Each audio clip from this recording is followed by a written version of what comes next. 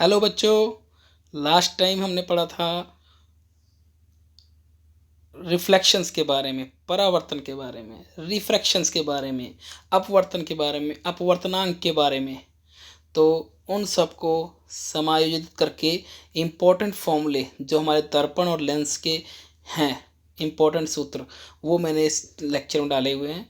तो देखिए, देखने से पहले लाइक करना ना भूलें, सब्सक्राइब करना ना भूलें। Cartesian sign convention for spherical mirrors. जब हम दर्पण की बात करते हैं तो हम चिन्ह परिपाटी कैसे इस्तेमाल करते हैं।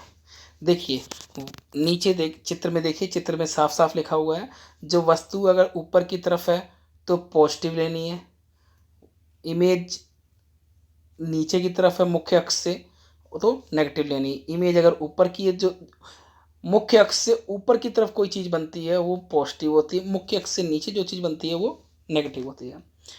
The distance parallel to the principal axis are measured from the पोल।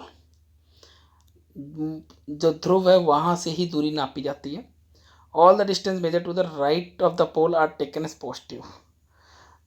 पोल यानी कि दर्पण के केंद्र से जो सीधे हाथ की तरफ जो भी दिशाएं की तरफ हैं वो पॉजिटिव मानी, मतलब कि जिस दिशा में प्रकाश की किरण जा रही है उस दिशा में पॉजिटिव मानी जाती है और उसकी विपरीत दिशा में नेगेटिव। तो हम हमेशा चित्र बनाते हैं तो हम लेफ्ट से राइट की तरफ दिशाएं दिखाते हैं रेखा, तो उस प्रकार से राइट की तरफ जाने वाली सभी चीज़ पॉजिटिव होगी दर्पण के, और लेफ्ट की तरफ रहने वाली सारी चीज़ नेगेटिव होगी।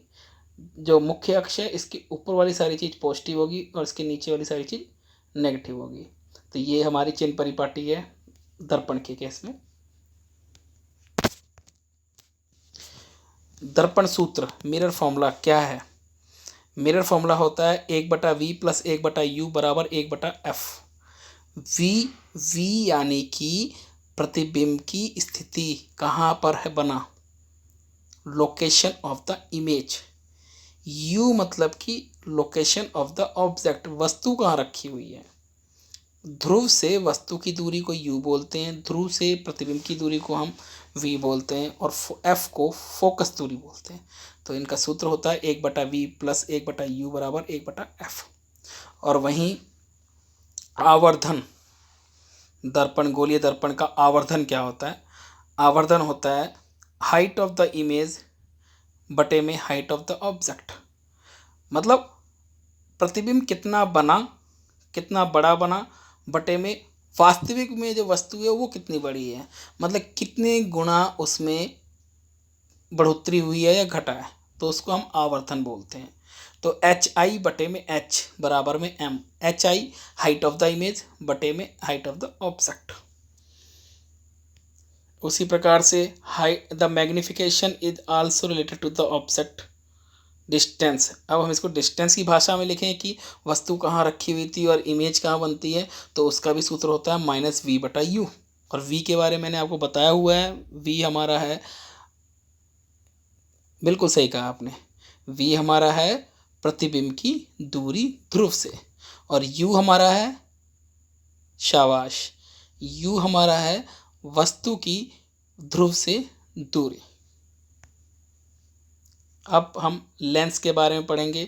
वही सेम चीज़ है जैसा हमने दर्पण के केस में पढ़ा, वही इसमें है। हाइट ऊपर की तरफ है तो ऑब्जेक्ट पॉजिटिव लिया जाता है, अगर इमेज नीचे की तरफ हाइट दे रही है तो नेगेटिव माना जाएगा। मतलब मुख्य अक्ष से नीचे, प्रिंसिपल एक्सिस से डाउनवर्ड डायरेक्शन में अगर है तो नेगेटिव है, और प्रिंसिपल एक्सिस यानी मुख्य अक्ष से ऊपर की तरफ है तो पॉजिटिव है। और वही वस्तु की स्थिति, वस्तु की स्थिति को हम v बोलते हैं, प्रतिबिंब की स्थिति को हम वस्तु की स्थिति को हम u बोलते हैं, प्रतिबिंब की स्थिति को हम v बोलते हैं। प्रकाश की किरण की दिशा में अगर हम नापते हैं तो वो पॉजिटिव होता है, विपरीत दिशा में नापते हैं तो नेगेटिव होता है। तो हम लेंस से बाईं ओर यानी लेफ्ट हैंड साइड चलेंगे तो नेगेटिव चलेंगे, और लेंस से दाईं ओर यानी कि RHS साइड चलेंगे तो वो पॉजिटिव होगा। इसी प्रकार से lens formula 1/v minus 1/u is equal to 1/f। v और u वही सेम वर्ड्स। v हमारा है गुड, v हमारा है प्रतिबिंब की लेंस से दूरी, और u हमारा है बिंब यानी कि ऑब्जेक्ट की लेंथ से दूरी, और एफ हमारा फोकल लेंथ। जिस प्रकार से आवर्धन क्षमता उसमें निकाली थी वही सेम सूत्र इसमें लगेगा आवर्धन क्षमता का। तो height of the image to the height of the object. Thank you. और लास्ट है हमारा पावर ऑफ लेंस। किसी लेंस की हम पावर कैसे निकालें? फोकस दूरी को हम मीटर में लिखेंगे और 1/, फोकस दूरी बराबर होता है पावर। इसकी यूनिट होती है डायोप्टर। एक डायोप्टर होता है कि वो फोकल लेंथ वो लेंस जिसकी फोकल लेंथ भी 1 मीटर हो तो उसका एक डायोप्टर बोलेंगे। Power of a convex lens positive होता है। उत्तल लेंस का जो पावर होता है पॉजिटिव होता है और अवतल लेंस का जो पावर होता है वो नेगेटिव होता है। तो काफ़ी फॉर्मूलेस पढ़ लिए होंगे इसके अंदर। Thanks for watching. Like, share, subscribe my YouTube channel Prabhat sir पढ़ाखोड़ा। This lectures are totally meant for class 10th।